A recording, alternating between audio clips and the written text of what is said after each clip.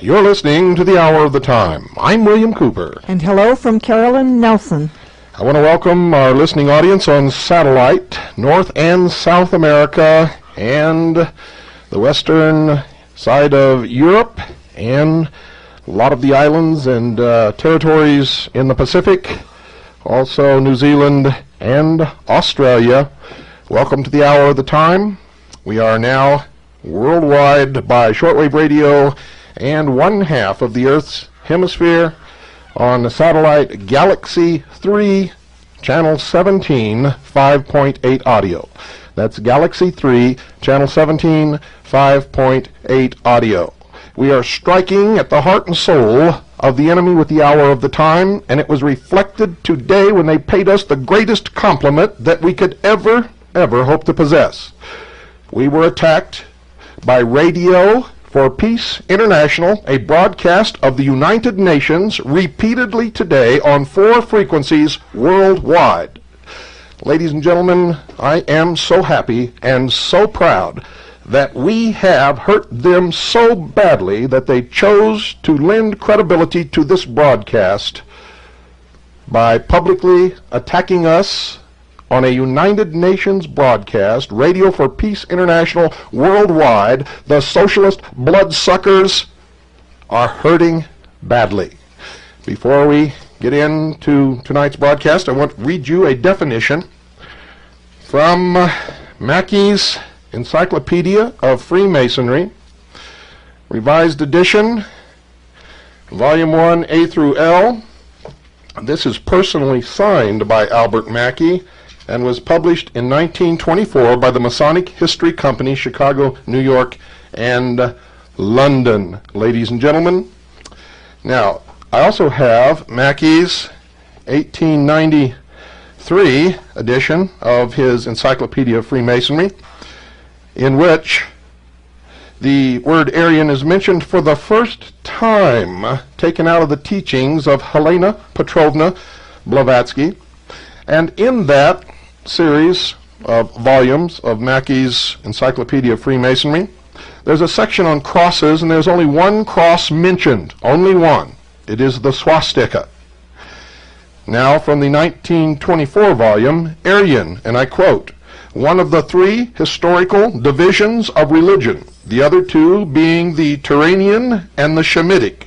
It produced Brahmanism, Buddhism, and the Code of Zoroaster." I bet you Aryans didn't know that you were all Buddhists. And if you go to India, those are the Aryans that she was talking about, and none of you look anything like them. And if you go to Tibet, that's where it all originated, and you don't look like them either. Oh, sheeple, what am I going to do with you? P.T. Barnum said, "There's a sucker born every minute." And he was right.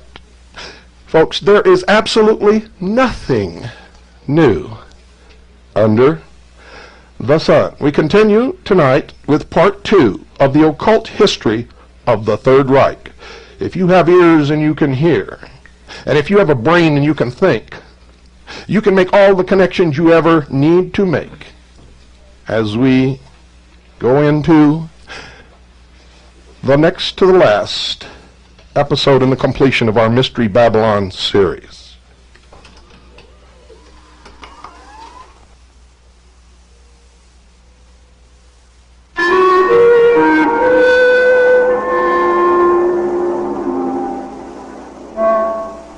The Berghof, mountain retreat of Adolf Hitler. Here, senior party members and their families relaxed away from the frantic activity of the capital. Yet, even in the peaceful setting of the Bavarian Alps, amongst the tranquil scenes of domestic life, there is an unsettling presence. The racial elite of the new order. The SS.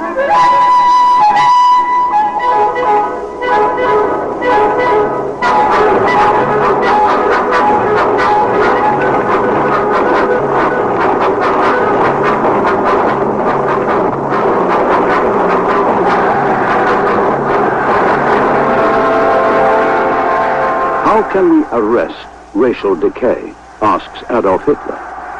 Shall we form a select company of the truly initiated?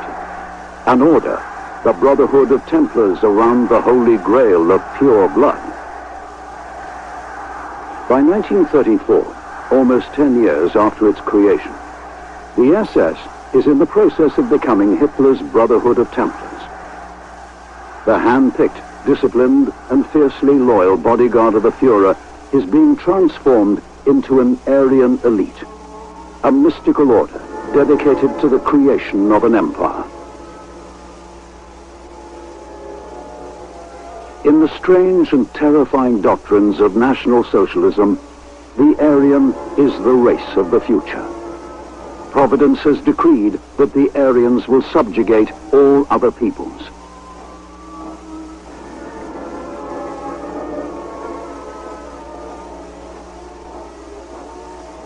In the vanguard of the Nazi mission will be the black-clad ranks of the SS. This carefully selected elite is intended to be the stock from which will come a new and superior breed of human, the Superman, a caste of men born to rule.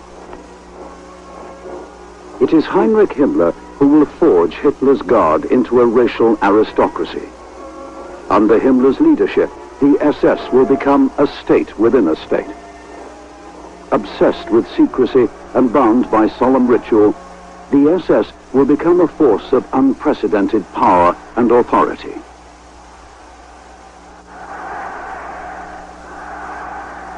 The origins of this, the most sinister of all Nazi creations, do not lie in the personal visions of Heinrich Himmler or his Führer. The roots of the SS go deeper even than National Socialism itself. By 1900, the cities of Germany and Austria had changed beyond all recognition. Millions have abandoned the poverty of peasant life to slave in the mills and foundries of the Industrial Revolution. As their populations swell with the influx of labor, elegant centers of commercial and aristocratic life become teeming industrial slums. It is in the cities that the values of the old order are challenged. Calls for democracy and socialism threaten the traditional power of the ruling elites. Established religious beliefs are undermined by science and a rising tide of materialism. To many, the new world seems fractured and chaotic.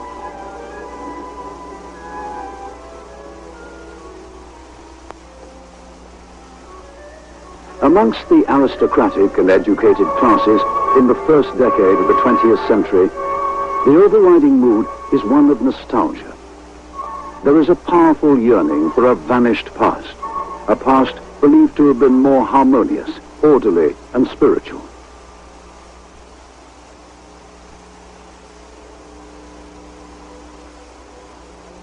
All over industrialized Europe, new movements arise, devoted to the search for simplicity.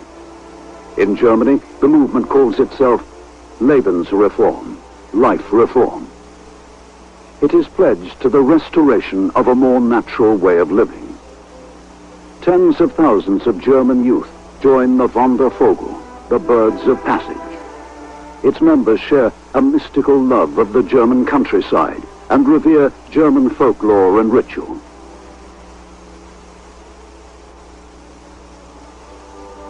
While science and medicine are rejected as products of the Industrial Revolution, vegetarianism, herbal healing, nudism, communal living and meditation become fashionable pursuits.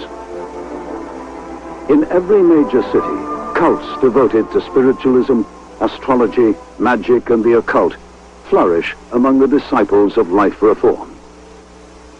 Of all the doctrines favored by the movement, none will be more influential than those preached by the Russian adventuress and telepath, Madame Helena Blavatsky.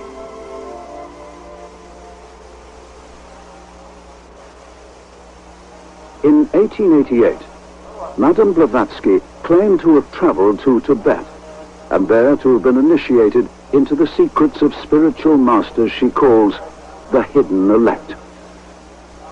In the doctrines of occultists, the hidden elect, or the Great White Brotherhood, are believed to be humans who, by initiation and self-denial, have risen to become adepts. They have gained powers and knowledge beyond those of ordinary mortals. In Britain, Aleister Crowley, a magician of the Hermetic Order of the Golden Dawn, claimed in 1909 to have crossed the abyss and to have returned as an adept. Madame Blavatsky did not claim to be an adept in her own right, but she did claim constant telepathic communication with her hidden masters. They had revealed to her, their chosen one, the occult history of the human race.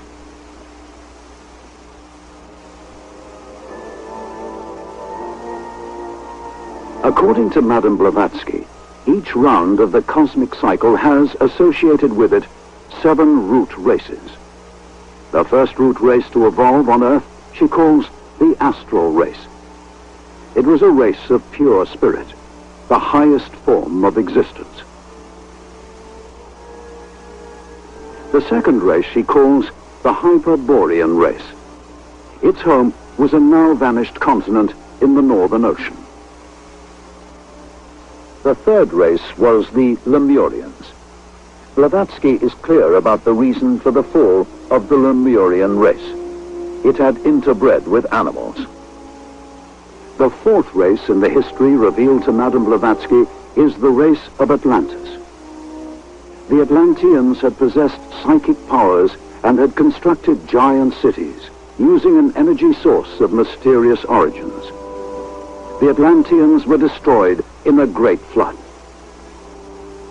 The fifth root race Madame Blavatsky sees as the race of hope. The race that had once founded the culture of ancient Greece and soon would return man to the pinnacle of spirituality. That race she named the Aryan. By 1914, Blavatsky's mystical doctrine of the destiny of Aryan man has spread throughout Germany and Austria.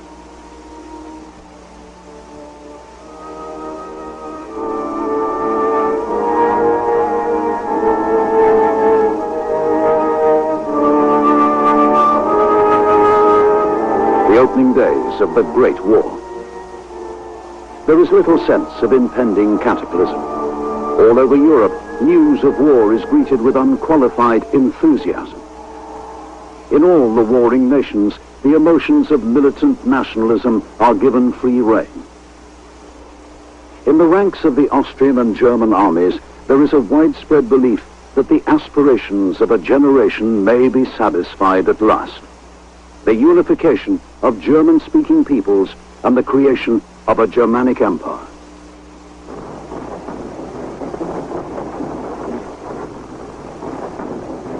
To the frontline soldiers of the imperial armies, the teachings of the Austrian clairvoyant Guido von List are an inspiration. List believes that in the Germans, more than in any other people, runs the blood of the mythical race called by Madame Blavatsky the Aryans. To List, the Great War is proof that the modern world with its materialism and its democracy is destroying itself. But out of war and destruction will come the victory of the German cause and the beginning of an Aryan millennium. List revives the prayer of the 16th century philosopher and heretic Giordano Bruno. O Jove, let the Germans realize their own strength, and they shall not be men, but gods.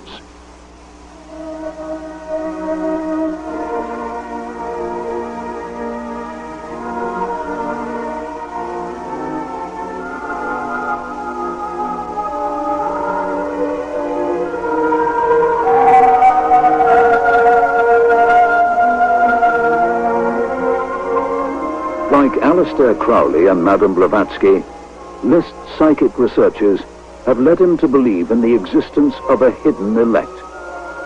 His visions of the ancient German tribes have revealed to him an elite class of priest rulers. Liszt calls it the Armannenschaft.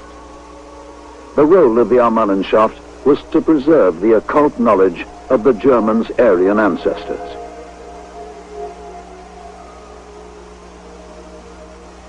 Liszt claims that the imposition of Christianity on the Teutonic tribes and the persecution of the followers of the old religion forced the Armannenschaft to continue its traditions in secret.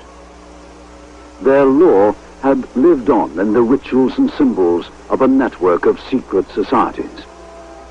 The store of occult knowledge had been preserved down the centuries by Freemasons, Rosicrucians, and chivalrous orders such as the Knights Templar.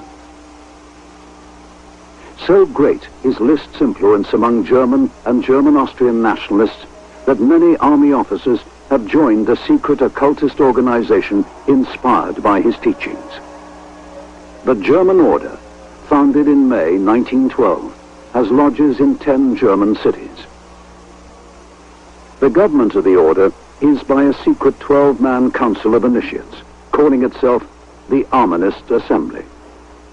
The future Aryan Empire will, according to Liszt, be governed by a similar council of initiates, a new Armannenschaft.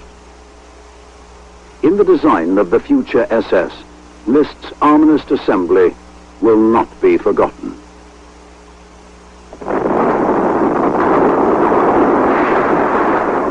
Liszt's prediction that the Great War would see the victory of Imperial Germany over its democratic and degenerate enemies will not be fulfilled.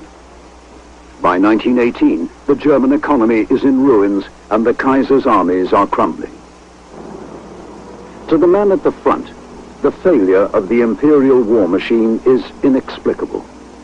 In 1918, Germany had won several major battles. The Russian enemy had already collapsed. Theories of a conspiracy abound. Many believe that Germany has been betrayed from within. The blame is placed squarely on the shoulders of the traditional targets of the German nationalist movements: capitalists, Democrats, and Jews. To the followers of Guido von List, all that is valuable seems irretrievably lost. A government of unknown politicians has accepted the humiliating terms of the Versailles Treaty. Worst of all, the Kaiser and the German princes have abdicated. Germany has become a democratic republic. The abdication of the Kaiser is a stunning blow to the occultists of the German Order. Guido von List had taught that the aristocracy of Germany had been founded in ancient times by the Armannenschaft itself. In the aristocracy was to be found the purest of Aryan blood, and with it the strongest remaining traces of the Aryan psychic powers. In the aftermath of the Great War, faced with the twin threat of democracy and socialism, traditionalists eagerly embrace Liszt's mystical belief in the German nobility. But by now, a new concept of aristocracy is in the process of development. Side by side with the teachings of Liszt, it will become the cornerstone of Nazi ideology and the future SS. Since the mid-19th century, the evolutionary theories of Charles Darwin had challenged religious beliefs held sacred for centuries. But by the end of the Great War, many physicians, scientists, and politicians have come to see in Darwinism a formula for social and political action. Belief in the equality of man is seen as simply unscientific. The new slogan is, the survival of the fittest. In Darwin's The Descent of Man, published in 1871, he speculates on the effect of modern medicine on the future course of human evolution. With savages, the weak in body or mind are soon eliminated. We civilized men, on the other hand, do our best to check the process of elimination. Thus, the weak members of civilized society propagate their kind. This, argues Darwin, must be highly injurious to the race of man. Excepting in the case of man himself, hardly anyone is so ignorant as to allow his worst animals to breed.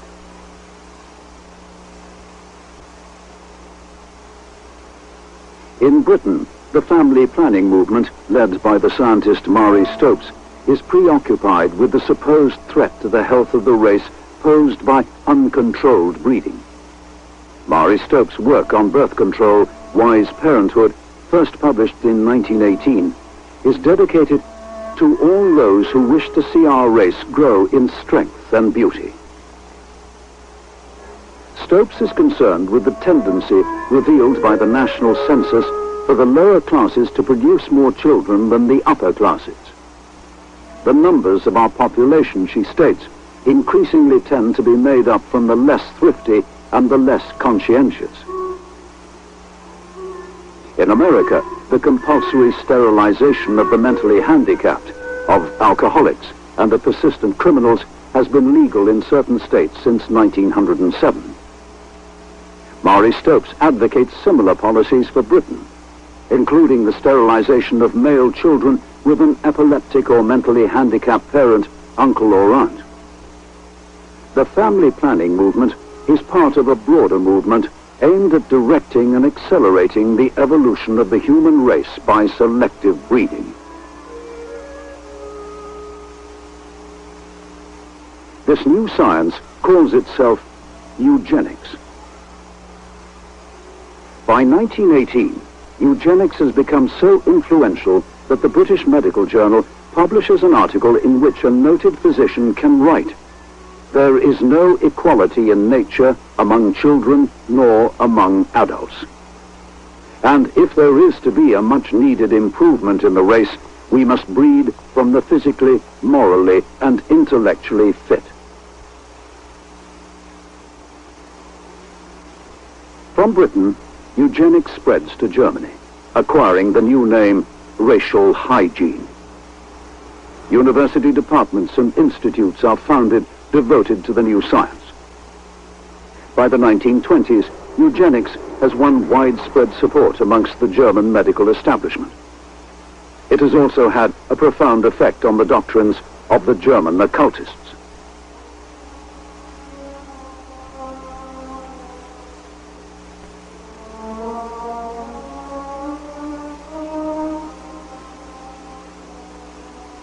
In 1919, Guido von List, a prophet of the Aryan millennium, dies in Berlin at the age of 70. His place as Germany's leading mystic and Aryan visionary has been taken by Jörg Lanz. Lanz, an ex-Cistercian monk and respected biblical scholar, will have a profound impact on the development of Nazi ideology and on the structure and ritual of the future SS. Lanz has blended the Aryan occultism of Guido von List and the principles of the science of eugenics. He calls his new doctrine theozoology. Theozoology is an occult religion of race.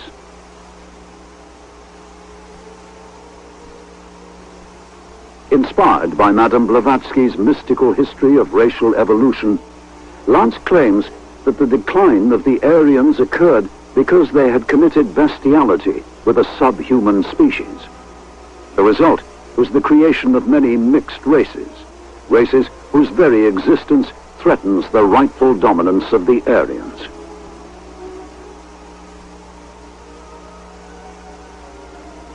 Like List, Lanz believed that the early Aryans possessed the power of telepathy. Interbreeding with racial inferiors had led to the loss of their paranormal abilities.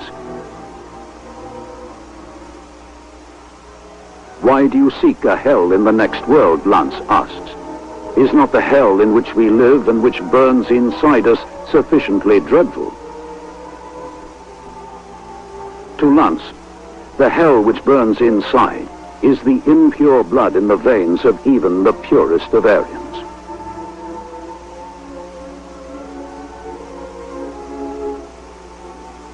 The teachings of Jörg Lanz are propagated throughout Germany and Austria by his own journal, Ostara, founded in 1905. Lance claims that over 100,000 copies of Ostara a year are sold. He even claims that amongst his eminent subscribers is the British General Kitchener. In the pages of Ostara, and in a series of widely read essays, Lance develops a terrifying prescription for the purification of the race.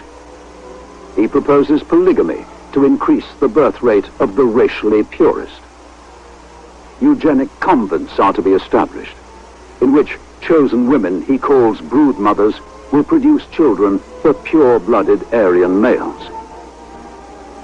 While the racially impure and the physically or mentally unfit are to be sterilized, other races deemed inferior are to be deported to Madagascar or used as slave labor. In the future Nazi state, all of Lance's proposals will be given the most serious consideration. Some will be put into practice. A massive compulsory sterilization campaign will be directed at those judged physically, mentally, or racially inferior. The deportation of German Jews to Madagascar will be discussed in the upper echelons of the party. The SS will plan for the official introduction of polygamy and will found its own SS breeding program.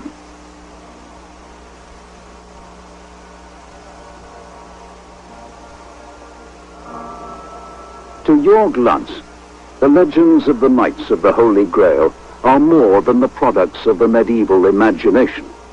Lance believed that they were the Knights Templar, founded in the 12th century and famed for their part in the Christian Crusades.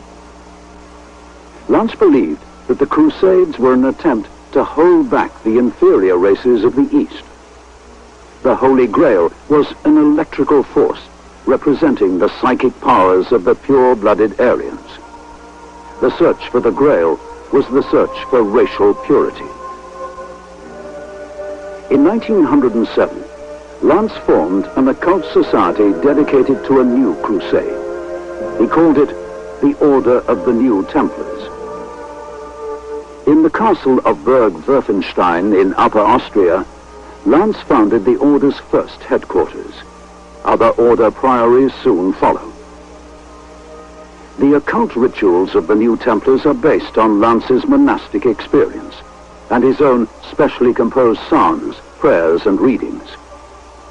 A constant theme is an appeal to the Aryan Christ Freusia, for salvation from racial impurity and for the extermination of inferior races.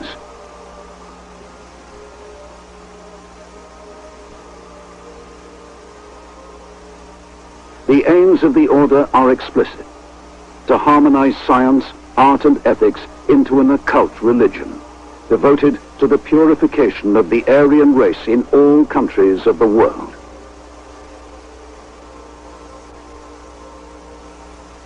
In anticipation of the practices of the SS, prospective members and their marriages are racially vetted. For Lance, the New Templars are the beginning of a new order. No longer will parliaments determine the fate of the people, Lance proclaims. In their place will rule wise priest-kings and leaders of chivalrous and spiritual secret orders.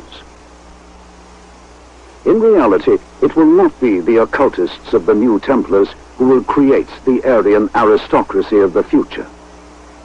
The mystical doctrines preached by Lance will be put into practice by others, above all, by a man who since the age of 20 has been an avid collector of Ostara. In the closing months of 1918, Corporal Adolf Hitler, holder of the Iron Cross First Class, will come to the attention of his superior officers. A near mutiny at the demobilization camp at which Hitler is stationed is brought under control by his powerful oratory. In September 1919, Hitler, now a civilian, is called upon once more by the army command, this time to spy on an insignificant nationalist group calling itself the German Workers' Party, Within months, Hitler has joined the party and has begun to speak at meetings. By January 1920, he has been elected head of propaganda and has drawn up a new party constitution. The army intelligence captain who had first recruited Hitler as a spy has been retired. His replacement as Hitler's army sponsor is the 32-year-old Captain Ernst Röhm.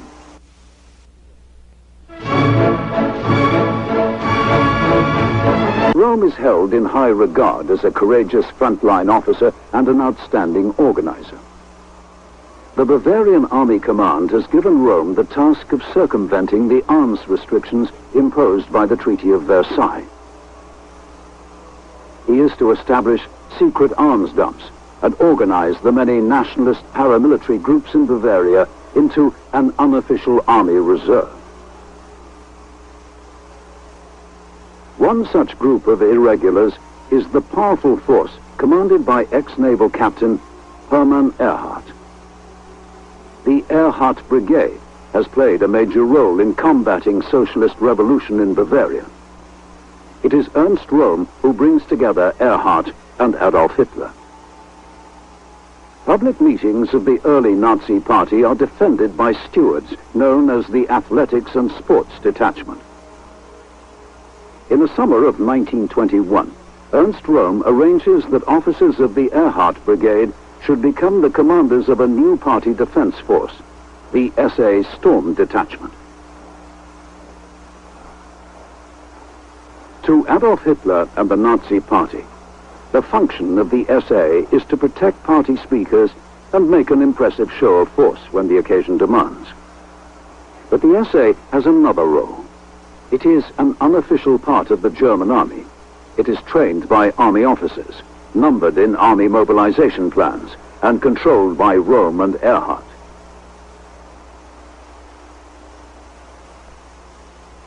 Hitler is well aware that the allegiance of the SA does not lie with him or with the party.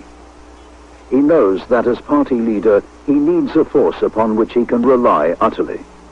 The shock troop Hitler is the prototype for the SS.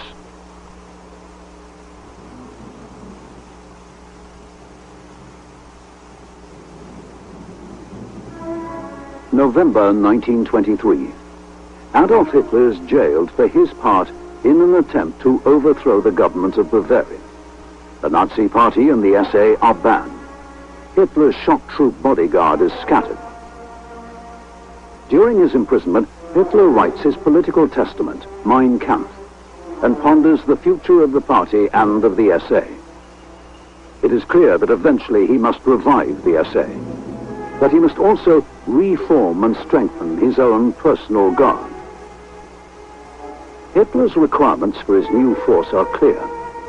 I told myself then that I needed a bodyguard, even a very restricted one, but made up of men ready to march against their own brothers. On December the 20th, 1924, Hitler is released from prison. He has served only 9 months of a 5-year sentence, but his trial and imprisonment have made him a national figure. 2 months after his release, Hitler formally reconstitutes the Nazi Party and reforms the SA under a new commander. Röhm and Hitler have argued and parted company. In April 1925, Hitler orders his chauffeur and ex-bodyguard Julius Schreck to form a new force for the defense of the Führer and the protection of party headquarters. It is the Schutzstaffel Protection Squad, the SS. To set themselves apart from the SA, the SS wear black caps bearing a silver death's head insignia. To the intense irritation of the SA, the SS is soon behaving as an elite. SS entry requirements are far stricter than those of the SA. SS discipline is more severe.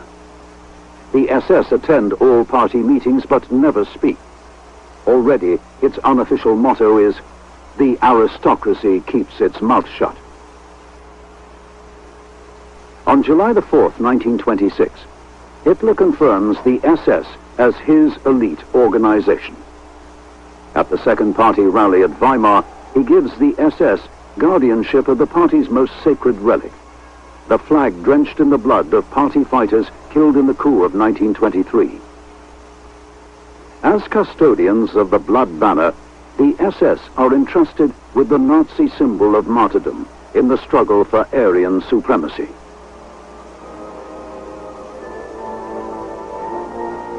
The transformation of the SS from the elite guard of the Führer into the mystical order it will eventually become will be the work of one man.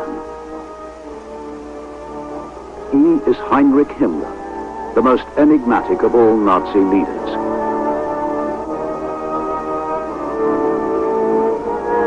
Himmler is a devoted follower of the Aryan occultism of Guido von List and Jörg Lanz. He too dreams of a Germanic empire ruled by a mystical order of the Aryan elite. He is determined that this elite should be drawn from the ranks of the SS. The Superman, the new breed of Germanic ruler, is to be created from the stock which he will select.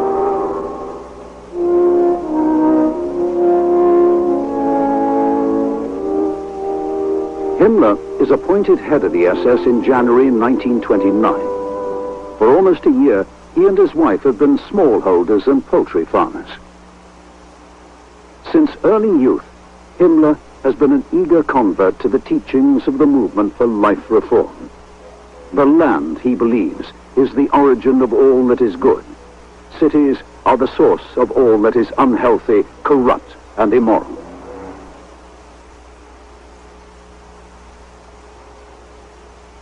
The yeoman on his own acre, writes Himmler, is the background of the German people's strength and character. Himmler has long been associated with the Ottoman League, a nationalist and anti-Slavic movement of city youth committed to life on the land and the expansion of German farming to the east. The oath of the Ottoman League is sworn by blood and soil.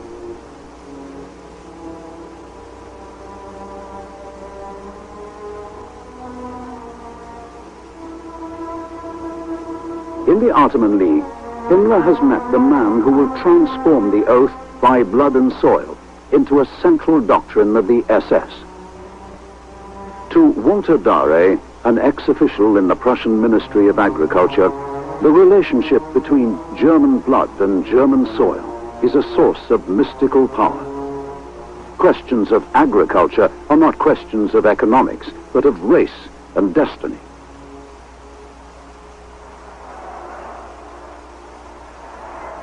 In 1930, Himmler's fantasies of an Aryan future are the least of Hitler's concerns. The unity of the party and Hitler's own future as its leader are under threat. With the economic depression at its height, Germany's unemployed flood into the ranks of the SA. The stormtroopers now number 100,000 men. To the radicals of the SA, National Socialism promises the destruction of the traditional German ruling classes. In the eyes of the stormtroopers, the industrialists, army officers and aristocrats, who are the Nazi Party's most influential supporters, are no more than contemptible parasites. In protest at the political alliances which Hitler has formed, many SA commanders withdraw their men from the party's service.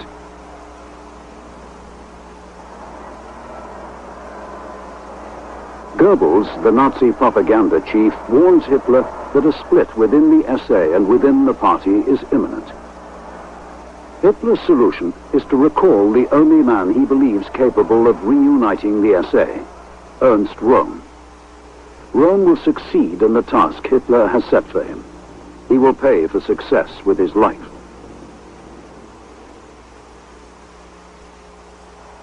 As Röhm sets about the unification and expansion of the SA, Himmler takes a different road. His strategy is not one of rapid expansion. Instead, he concentrates on careful and systematic selection. In 1930, Himmler had won a valuable concession from Hitler. The the SS would be allowed to recruit from the ranks of the SA. Himmler proceeds to put into practice his theories of breeding. We went about it like a nursery gardener trying to reproduce a good old strain which has been adulterated and debased. I started with a minimum height requirement. I knew that men of a certain height must somewhere possess the blood I desired. On December the 31st, 1931, Himmler establishes the SS Race and Resettlement Bureau. It is to be headed by his old friend Walter Darre. Darre is awarded the rank of Honorary SS General.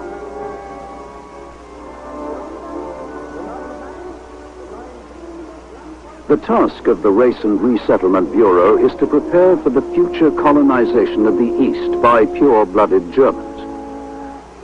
It is also instructed to conduct research into racial ancestry, biological selection, and the history of the areas. Its staff of leading academics and medical men are ordered by Himmler to develop stricter requirements for SS entry.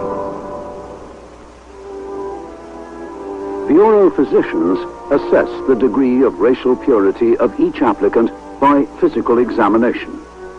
Only those considered pure or predominantly Nordic are acceptable. The applicant's physique is also judged on a 9-point scale. The examiners are instructed to take into account the attitude and bearing of the candidate. Himmler has decreed, in his attitude to discipline, the man should not behave like an underling. His gait, his hands, everything should correspond to the ideal which we have set ourselves.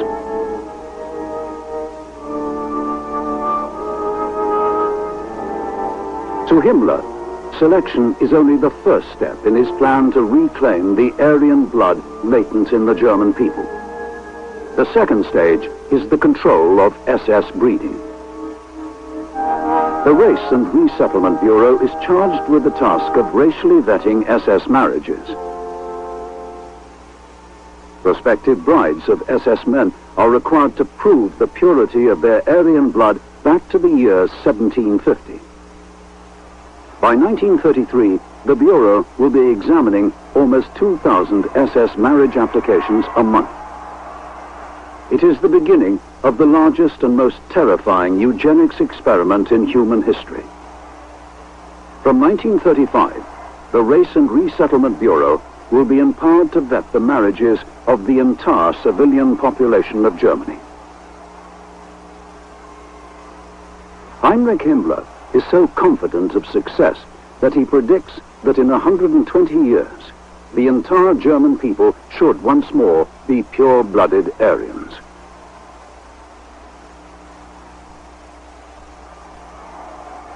Himmler knows that the realization of his Aryan vision depends above all on the SS becoming the most powerful organization in the Nazi Party and in the German state. Already Hitler has given the SS the role of carrying out police and intelligence duties within the party. Himmler is quick to seize the opportunity to expand his power. In 1931, Himmler recruits a 33-year-old ex-naval officer, Reinhard Heydrich, to found an SS security service. The establishment of the SD will be the first stage in Himmler's creation of an SS state within a state.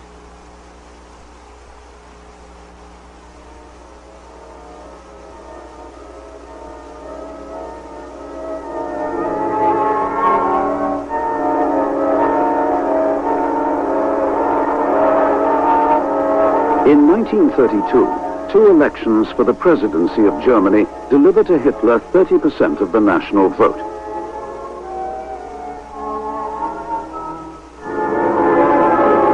In the July parliamentary elections, Hitler campaigns in 50 cities in the space of 2 weeks. His efforts are amply rewarded. The party wins over 13 million votes and 230 seats in the Reichstag. Hitler demands the post of Chancellor. Parliament refuses.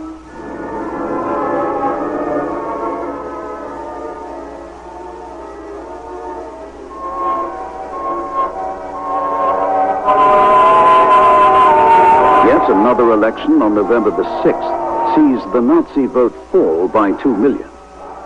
The Communists increase their vote by almost 1 million and win 100 seats. With no party having an overall majority, the Conservatives in Parliament choose an alliance with the Nazis.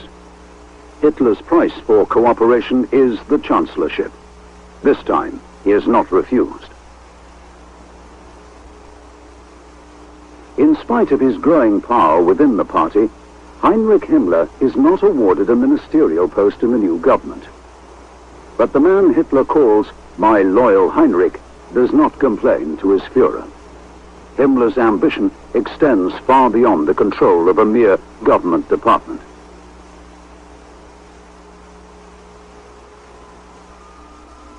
During his youth, Himmler had spent 3 years as a student of agriculture. In the college fencing fraternity to which Himmler belonged, Jörg Lanz's occultist periodical Ostara was widely read. Of all the prophecies made by Lanz, one would become Himmler's obsession.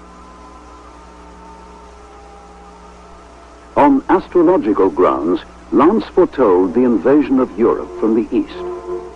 Himmler comes to believe that it is the destiny of the SS to repel the coming assault. The great battles he foresees will be a prelude to the final victory of the Aryans. Already, Himmler has identified the figure of German history who will become his idol and his inspiration. King Heinrich I, German king of the Saxons, had in the 10th century fought and conquered the Slavic tribes of the East. So great will Himmler's devotion to the king become that he will make an annual pilgrimage to Heinrich's tomb. He will believe himself the reincarnation of the king and the recipient of psychic messages from the spirit of the dead ruler.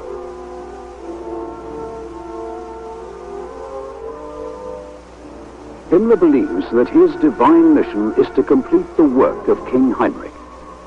He will create from the SS a knightly order which will rule the coming Aryan Empire. But, for a time at least, Himmler's visions of the future must take second place to practical politics.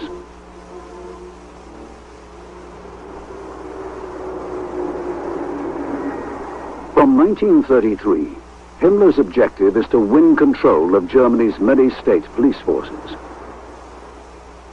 The major obstacle to his ambition is Hermann Göring. Göring is now Minister-President of Prussia and Chief of the Prussian Secret Police, the Gestapo. Göring sees himself as prime candidate for the job of Chief of a new unified German police force.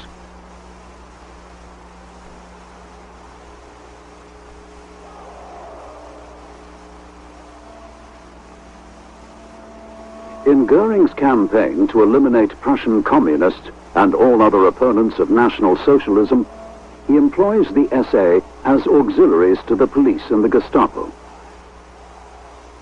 The Berlin SA are the most brutal and the most feared stormtroop detachments in Germany. Their hatred of the middle classes almost equals their hatred of Jews and communists. But Göring is unconcerned. "It is not my business to do justice," he proclaims. "It is my business to annihilate and exterminate. That is all."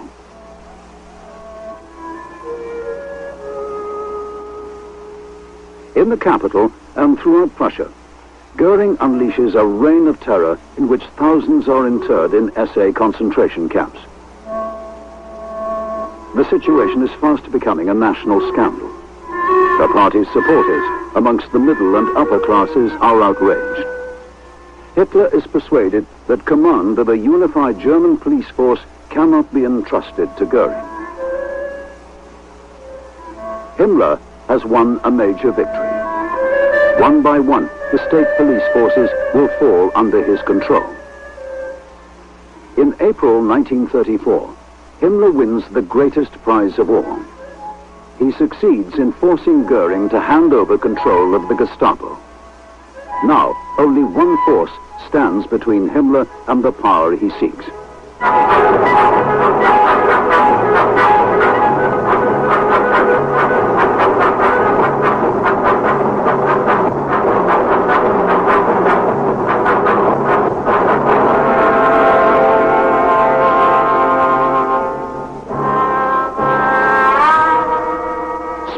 1934. Ernst Röhm, leader of the SA, conducts his own version of Hitler's flag consecration ritual. It is a sign to the 4 million strong SA of Rome's power and independence. Rome's intention is to create from the SA a new National Socialist German army with himself as its commander-in-chief. The regular army commanders become increasingly anxious.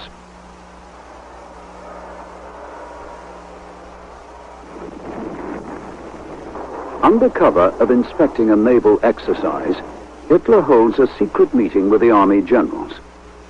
He gives them his assurance that in exchange for their support, the army will continue to be Germany's only military force. Hitler promises that Rome will be dealt with. The agent of his destruction is to be Himmler's SS. Himmler and his deputy, Heydrich, contrive evidence that Rome and the SA are planning a coup against Hitler. A list of the supposed conspirators is drawn up. It includes not only the leadership of the SA, but all those who have opposed the growing power of the SS. The bloodbath that Himmler unleashes on June the 30th, 1934, will become known as the Night of the Long Knives. Up to 500 will be murdered by SS executioners.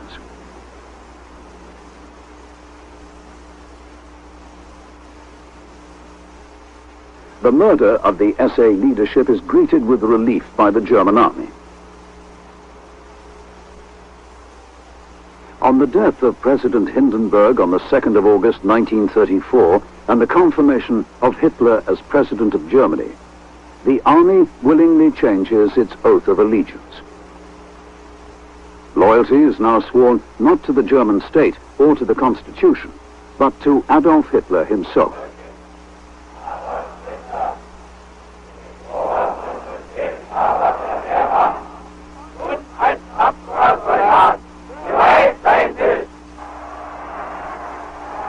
The true victor of the Night of the Long Knives is not the German army. It is the SS. On July the 20th, 1934, a grateful Führer decrees that the SS is to be an independent organization within the party. What is more, ignoring his pledge that the army is to be the Reich's only military force, he gives permission for the SS to form its own military units. In time, the Waffen, or armed SS, will number almost 1 million men.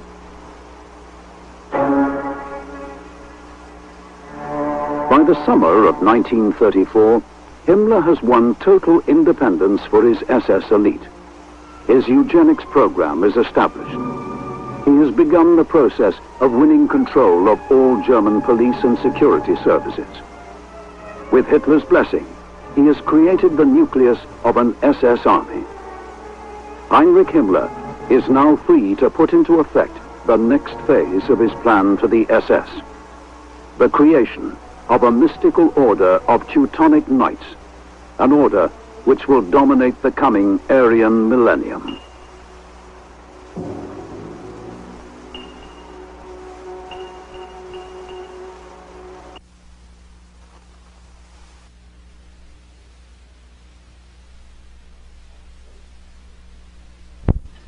Ein Volk, ein Reich, ein Führer.